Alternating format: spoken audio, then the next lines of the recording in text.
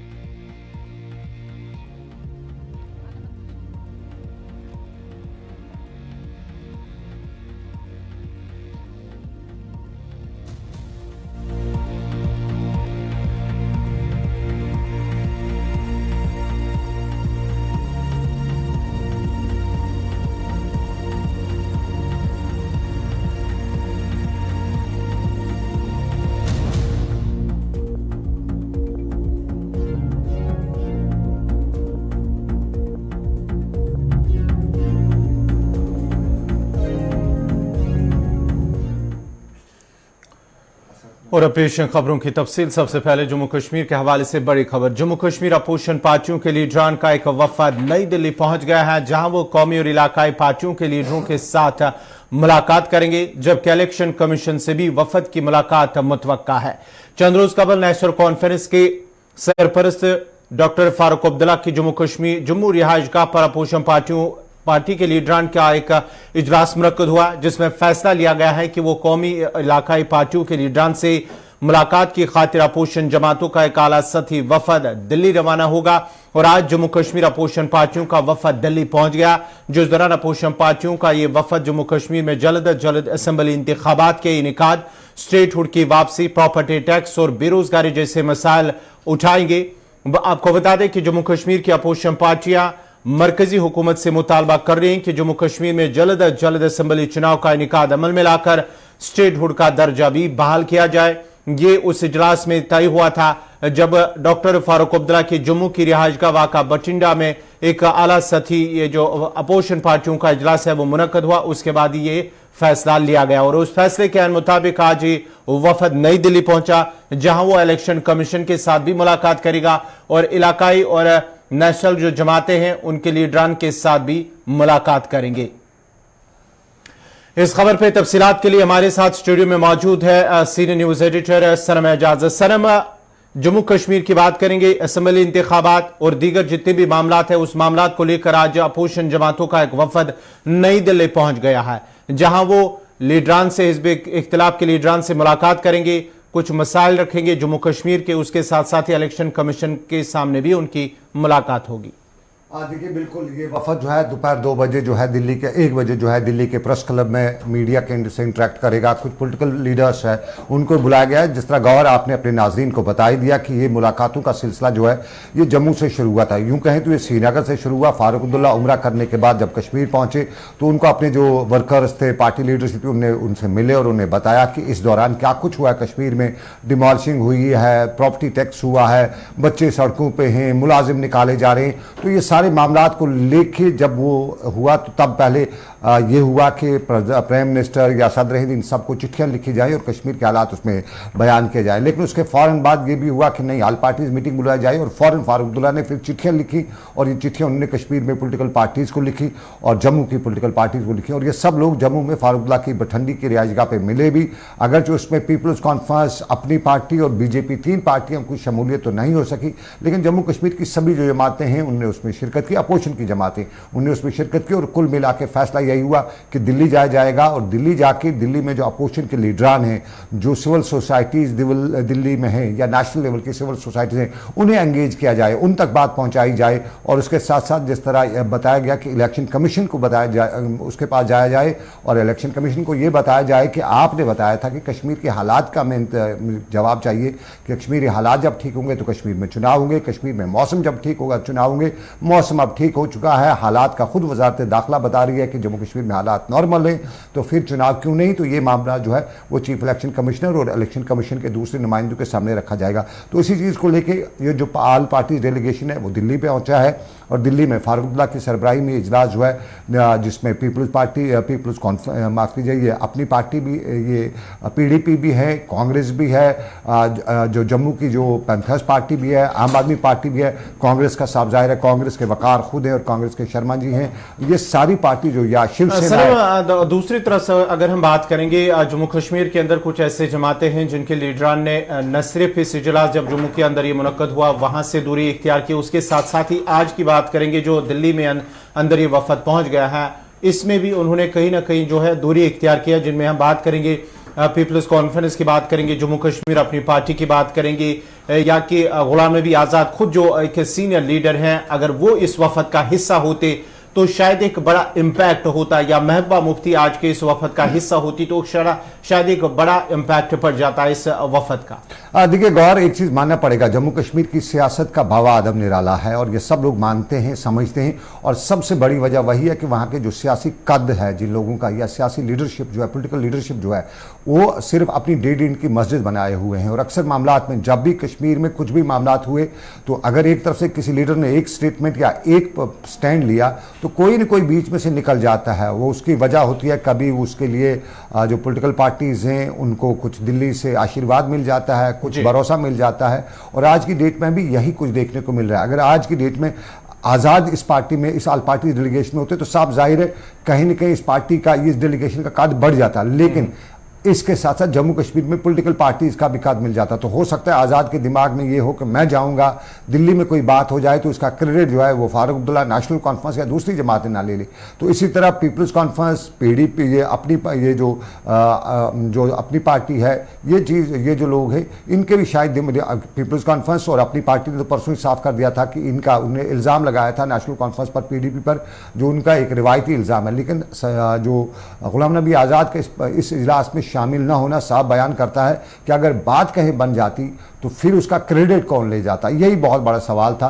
और उसी क्रेडिट की वजह से शायद सर, मैं आखिर पर एक चीज आपसे जानना चाहूंगा, वफद का जो हिज़्ब इख्तिलाफ के लीडरान हैं दिल्ली के अंदर, उनके साथ मुलाकात तो ठीक है, लेकिन दूसरी तरफ से अगर जम्मू कश्मीर के स्टेटहुड की बात करेंगे, जम्मू कश्मीर में असम्बली इंतखाबात की बात करेंगे, क्योंकि मरकजी सरकार की जानिब से पहले ही वाज़ेह किया गया है कि इसका फैसला तो इलेक्शन कमीशन को ही करना है, और वक्त पर स्टेटहुड की बात की जाए तो वक्त पर वो भी दिया जाए, क्योंकि वज़ीर दाखिला की जानिब से बार बार इस हवाले से कहा गया है और बाज़ाब्ता तौर पर वाज़ेह भी किया गया है।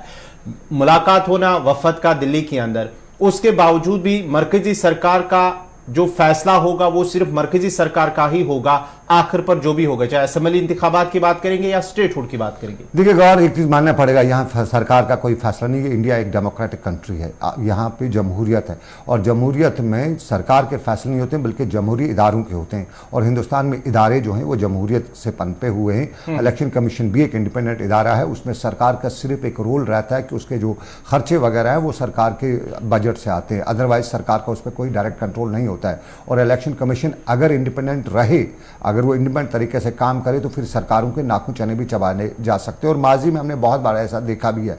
इस वक्त भी ये इलेक्शन कमीशन की एक जिम्मेदारी है, क्योंकि सरकार को अगर उसने लिख दिया कि सरकार जी आपने क्या करना है, होम मिनिस्ट्री जी आपने इलेक्शन के बारे में, जम्मू कश्मीर में इलेक्शन 7 साल से नहीं हुए हैं और किसी भी डेमोक्रेटिक सेटअप में ये चीज़ पॉसिबल नहीं होती है, उसको एक्सेप्ट नहीं किया जाता है, तो हमें जवाब दीजिएगा क्या करना है। अगर उन्हें चिट्ठी लिख दी तो फिर होम मिनिस्ट्री का, वजारत दाखिला की ये मजबूरी बन जाएगी कि वो उन्हें बताएं कि हालात हम बता रहे हैं, हालात ठीक हैं, आपको जो करना है सो करिएगा। तो इलेक्शन कमीशन फ़ौरन उस हवाले से फिर उसके पास भी कोई फिर और कोई मामला नहीं है, वो सीधा इलेक्शन की डेट्स वगैरह जो है नोटिफिकेशन जारी कर देगा। ये इलेक्शन कमीशन तक इस वक्त मुनज़र है। लेकिन इंपॉर्टेंट जो इस तरह आपने बात की वो है स्टेटहुड की। स्टेटहुड के हवाले से अभी हमें शायद कुछ पापड़ बेलने पड़ेंगे जम्मू कश्मीर को, क्योंकि स्टेटहुड जो एक प्रोसेस है वो होम मिनिस्ट्री से होते हुए फिर उसमें जो पार्लियामेंट है या दूसरे इदारे हैं उसमें इन्वॉल्व रहते हैं, ग्राउंड की रिपोर्टिंग वगैरह जो होती है एजेंसीज की वो भी उसमें कंसिडर की जाती है। तो स्टेटहुड हम फिलहाल तो नहीं कह सकते हैं स्टेटहुड पे कोई डेवलपमेंट, बड़ी पॉजिटिव डेवलपमेंट हमें देखने को मिले। लेकिन अगर इलेक्शन कमीशन के दफ्तर में जाके आज इलेक्शन कमीशन से यह सवाल पूछा गया तो इलेक्शन कमीशन के सामने मजबूरी आ जाएगी उसको जवाब देना है, यस और नो। टाइम फ्रेम भी देना है, क्योंकि उन्होंने खुद बताया इलेक्शन कमीशन ने कि हम मौसम के अच्छा होने का इंतज़ार कर रहे हैं। हमारे पास होम मिनिस्ट्री की रिपोर्ट है कि हालात अच्छे हैं, तो मौसम ठीक हो चुका है। नेगेटिव में इस टाइम इलेक्शन कमीशन के पास कोई बात नहीं है, लेकिन फिर भी हालात हैं, मुल्क के मामलात हैं, उन मामलात में शायद इलेक्शन कमीशन कोई और पॉइंट रेज करे, लेकिन शायद अब ज़्यादा वक्त इलेक्शन। बहुत बहुत शुक्रिया सनम एजाज आपका। ये थे सनम एजाज तफसीलात फराहम कर रहे थे आज की मीटिंग के हवाले से जो जम्मू कश्मीर के हिज़्ब इख्तिलाफ के लीडरान का एक वफद नेशनल कॉन्फ्रेंस के सदर डॉक्टर फारूक अब्दुल्ला की क़यादत में दिल्ली पहुंच गया है, और जहां पर वो जो नेशनल पार्टियां हैं हिज़्ब इख्तिलाफ की, उनके लीडरान के साथ मुलाकात करेंगे और जम्मू कश्मीर के कई अहम मसाइल उनके सामने रखेंगे। जबकि 2 बजे के करीब माना जाता है कि इलेक्शन कमीशन के साथ भी उनकी मुलाकात मुतवक्का है, और आज 1 बजे जब वो इलाकाई पार्टी के लीडरान से मुलाकात करेंगे, उसके बाद ही 2 बजे के करीब इलेक्शन कमीशन से भी उनकी मुलाकात मुतवक्का है। बढ़ते आगे बात जरा करेंगे श्रीनगर लद्दाख शाहरा के हवाले से। श्रीनगर ले शाहरा रवां बरस मामूल से पहले ही खुल गई है, क्योंकि बॉर्डर रोड ऑर्गेनाइजेशन ने बर्फ हटाने का काम तकरीबन मुकम्मल कर लिया है। बीआरओ अहदेदारों का कहना है कि शाहरा के द्रास और सोनमर्ग दोनों अतराफ से बर्फ साफ करने का काम मुकम्मल कर लिया गया है। ताहम उनका कहना था कि सड़क की सूरत हाल ट्रैफिक की आमदरफ्त के लिए पूरी तरह से बहाल न होगी, यानी कि मुमकिन नहीं है, क्योंकि सड़क तंग है और सड़क को चौड़ा करने का काम जारी है, और दोनों तरफ से वहां बर्फ हटाने का काम अभी भी कई मकामात पर वो काम मुकम्मल करना है। इसके अलावा बर्फानी तूदे गिरने के खदशात हैं जिनका ख्याल रखने की जरूरत है। और आज जोजिला के मकाम पर बीआरओ की जानब से एक तकरीब मुनक्कद हुई है, जिस दौरान ट्रायल बेसिस पर गाड़ियों को चलने की इजाजत दी गई और फौजी कानवाई को पहले चलने की इजाजत दी गई है। ताहम आने वाले दिनों के दौरान अगर मौसम ठीक रहा, मौसम ने साथ दिया, तो आने वाले दिनों में मुसाफिर और माल भरदार गाड़ियों को भी चलने की इजाजत दी जाएगी। तफसीलात के लिए सीधा चलते हम सलीम वानी के पास। सलीम, क्या कुछ तफसीलात है? आज आप भी खुद वहां पर जोजिला के पास गए जहां ये तकरीब मुनक्कद हुई है, गाड़ियों को चलने की इजाजत दी गई है। क्या सिर्फ फौजी गाड़ियों को चलने की इजाजत दी गई है, या कि मुसाफिर और माल बरदार गाड़ियां जो है उन्हें भी चलने की इजाजत दी गई? देखो गौर, आज की बात करें, हर साल की तरह आज सुबह सुबह जो 0 पॉइंट है श्रीनगर लेह राजमार्ग, वहां पे एक जो तकरीब हुई जिसमें बीआरओ के senior official DG BRO Rajiv Chaudhary जो है लेफ्टिनेंट जनरल है, उसने फ्लैग ऑफ किया। और उसके बाद जो टाटा मोबाइल से 207 जो करगिल से आ रहे हैं, तो 40-50 के करीब से उनको श्रीनगर की तरफ रवाना किया गया और बाकायदा तौर पर हरी झंडी दिखाई लेफ्टिनेंट जनरल आर चौधरी ने।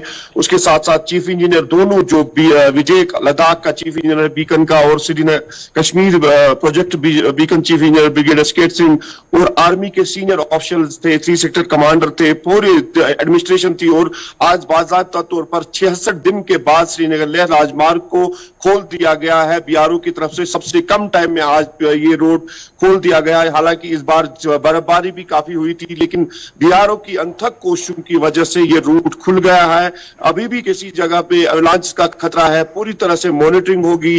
ट्रैफिक रूरल डेवलपमेंट डिपार्टमेंट के अफसर थे वहां पे, पुलिस के अफसर थे वहां पे, और इसी तरह पूरी निगरानी रहेगी अब श्रीनगर जोजिला को।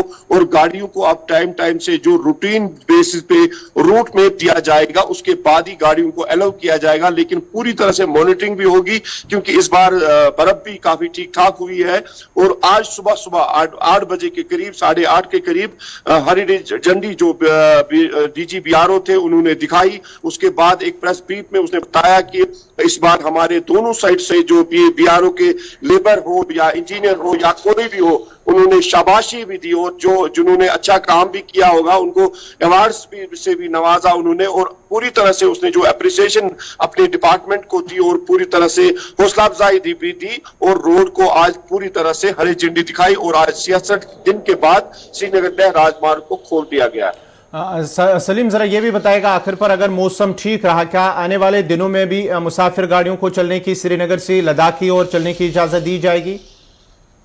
बिल्कुल गवर, अगर मौसम ने साथ दिया तो आज से ही गाड़ियों को आज शाम से ही जो ट्रैफिक एडवाइजरी निकलेगी, जिस तरह श्रीनगर चुंबू की एडवाइजरी निकलती है, मुगल शाहरा की एडवाइजरी निकलती है जब खुलेगा, इसी तरह आज से ही श्रीनगर लेह हाईवे का जो एडवाइजरी जो आईजीपी ट्रैफिक जो निकालता है एडवाइजरी, क्योंकि इस जोजिला को traffic department rural traffic department Kashmir है वो जोजिला तक यहाँ देखता है, कश्मीर वाला साइड देखता है, और जो रूरल ट्रैफिक डिपार्टमेंट लद्दाख वाला है वो 0 पॉइंट द्रास तक देखता है। दोनों आपस में तालमेल रखकर शाम को 8 बजे एडवाइजरी निकालेंगे कि कल किसको इजाजत होगी। वन साइडेड ट्रैफिक अभी चलेगा, क्योंकि अभी एक लाइन ठीक हुई है, वन साइडेड एक ही लेन का वो उन्होंने क्लियर किया है। अब साथ साथ ये दोनों साइड का ट्रैफिक के लिए बनाएंगे, लेकिन आज शाम को एडवाइजरी के बाद ही ट्रैफिक की जो मूवमेंट है वो कल से पता चलेगी, और पूरी निगरानी बीआरओ की तरफ से भी रहेगी, ट्रैफिक से भी रहेगी। बहुत बहुत शुक्रिया सलीम वानी आपका। ये थे 0 पॉइंट से जोजिला 0 पॉइंट से सलीम वानी तफसीलात फराहम कर रहे थे। आज श्रीनगर लिया शाहरा को गाड़ियों की आमद-रफ्त के लिए खोल दिया गया है, और आपको बताते चले कि बीआरओ की जानिब से एक तकरीब मुनक्कद हुई है, और बीआरओ की जानिब से ही गाड़ियों को खरी झंडी दिखाकर उन्हें आगे जाने की इजाजत दी गई है। बल्कि एक लेन ही के दौरान अब माना जाता है कि अब जो डबल लेन वाली ये जो दो तरफा ट्रैफिक को आने वाले दिनों के दौरान ही उन्हें जो है चलने की इजाजत दी जाएगी। वादिया कश्मीर को खुते पीर पंचाल के साथ जोड़ने वाली तारीखी मुगल शाहरा भी बहाली का काम शदुमत से जारी है। इतलात के मुताबिक मैकेनिकल विंग की जानिब से मानसर मोड़ तक करीब 40 किलोमीटर सड़क से बर्फ हटा दी गई है, और मौसम साफ रहने की सूरत में पीर की गली तक सड़क को जल्द साफ कर दिया जाएगा। मजीद तफसीलात दे रहे हैं सुरनकोट से आकाश मलिक। हित्ता पीर पंजाल को जोड़ने वाली मशहूर सड़क मुगल शाहरा, जिस पे पिछले 5 या 6 दिन से जो है काम लगा हुआ है, स्नो क्लियरेंस का काम जो है तेज रफ्तार से जारी है। आज भी बड़े पैमाने पे जो है मैकेनिकल डिवीजन की तरफ से मशीनरी लगाई गई है, और इस वक्त जो है 40 किलोमीटर की दूरी पे, जिसको हम मानसर मोड़ कहते हैं, वहां तक जो है आज की डेट में इस वक्त मुगल रोड डिपार्टमेंट ने क्लियर कर दी गई है। और कुछ सीनियर ऑफिसर से भी आज हमारी बात हुई, उनका कहना है कि 40 किलोमीटर रोड जो है आज क्लियर हो चुकी है, और जिसको हम मानसर मोड़ कहते हैं। अगर मौसम ने साथ दिया तो आने वाले 3 या 4 दिन में जो है मुगल शाहरा को जो है पीर की गली तक टच किया जाएगा। उसके बाद ये भी उनकी तरफ से बयान सामने आया कि अब इस रोड को क्लियर 3 या 4 दिन के बाद जब क्लियर किया जाएगा, उसके बाद हायर अथॉरिटी इसको देखेगी कि इस रोड को कब तक खोला जा सकता है। गुलिस्तान न्यूज के लिए आकाश मलिक, सुरनकोट, मुगल शाहरा। शिमाली कश्मीर में वाक़ा वादी के शराफाक सियाती मकाम गुलमर्ग में एशिया के सबसे ऊंचे गंडोला केबल कार प्रोजेक्ट ने अप्रैल 2022 से मार्च 2023 तक 100 करोड़ रुपयों की रिकॉर्ड कमाई की है।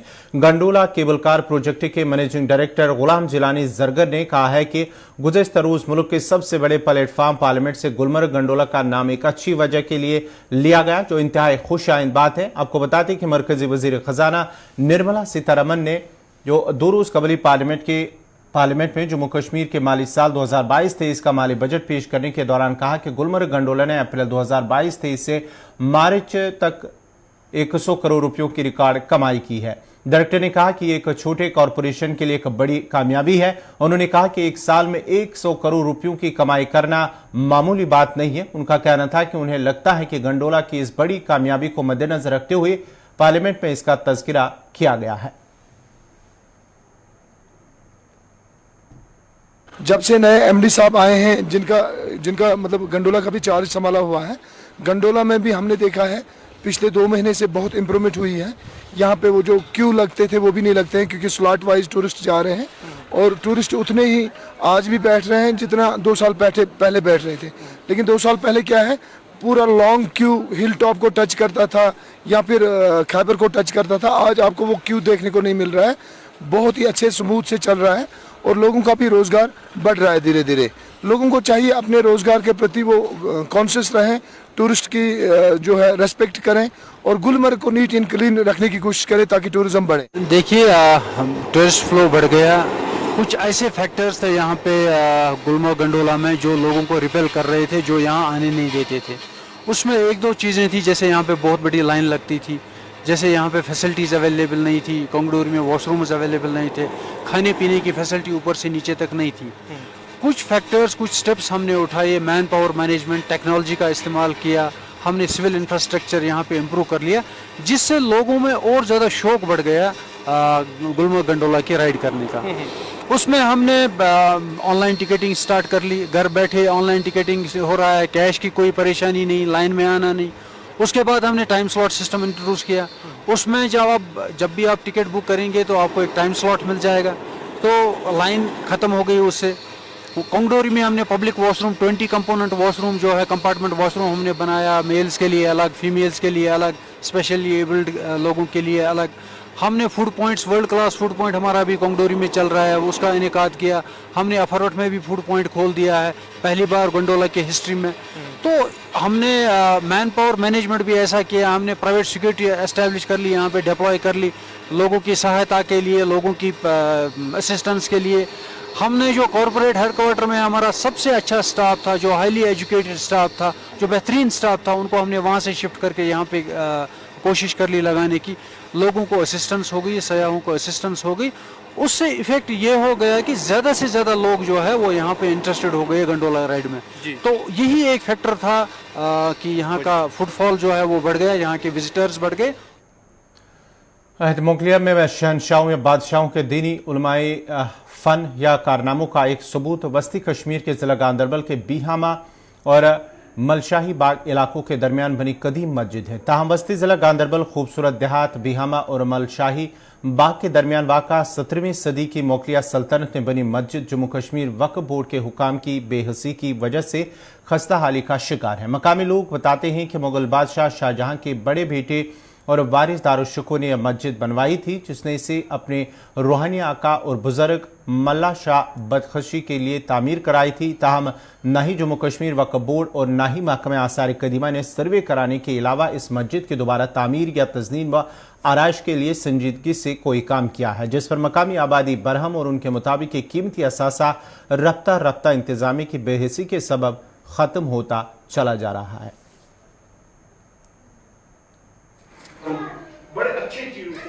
ये बनाई थी का जनाब दारा शिकवा साहब ने, दारा सैयद अकून मल्ला मोहम्मद साहब ने पीर मुर्शिद के लिए। यहाँ की सैयद अकून मल्ला मोहम्मद शाह इबादत व रियादत करता था करील वक्त तक। ये दारा शिकवा जहांगीर का बेटा था, जहांगीर का बड़ा बेटा था, उसका छोटा बेटा था औरंगजेब, जिसने यहाँ कश्मीर पूरे हिंदुस्तान में अपनी हुकूमत भी चलाई।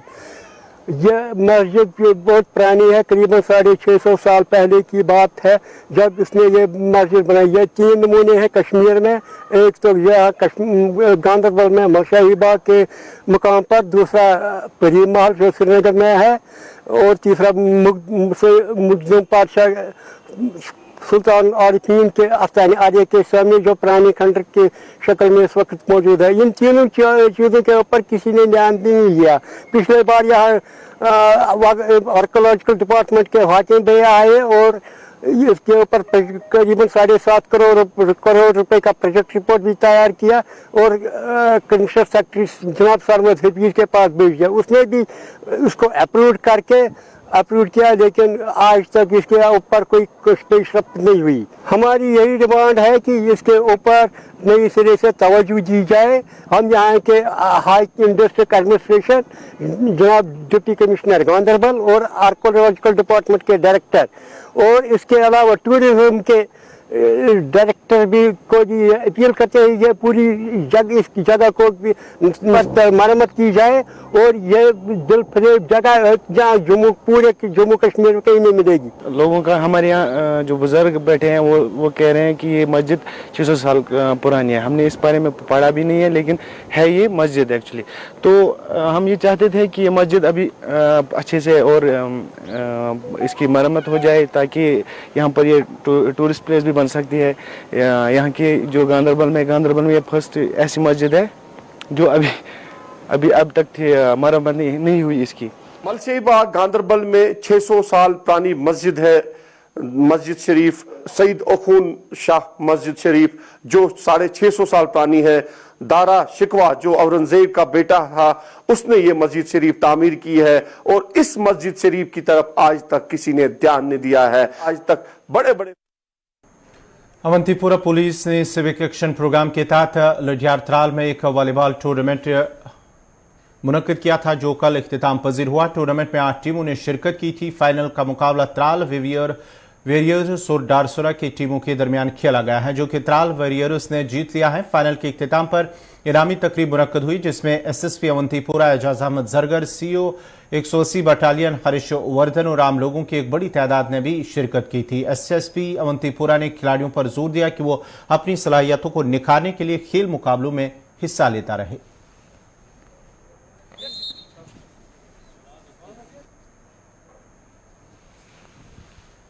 आज का ये जो इवेंट है, ये इसमें जो पार्टिसिपेशन यहाँ के लोगों ने बढ़ चढ़ के की है, इससे हमें काफ़ी खुशी और मसरत हुई कि पुलिस के किसी प्रोग्राम के लिए जो हम सिविक एक्शन प्रोग्राम के तहत करते हैं, जे.एंड.के पुलिस का एक ब्रॉड इनिशिएटिव है, गवर्नमेंट ऑफ इंडिया से मैंडेटेड है कि एक लोगों के साथ इश्तराक बढ़ाने के लिए कुछ इनिशिएटिव्स रखे हैं गवर्नमेंट ऑफ इंडिया ने, उनको हम इम्प्लीमेंट करते हैं फील्ड पे।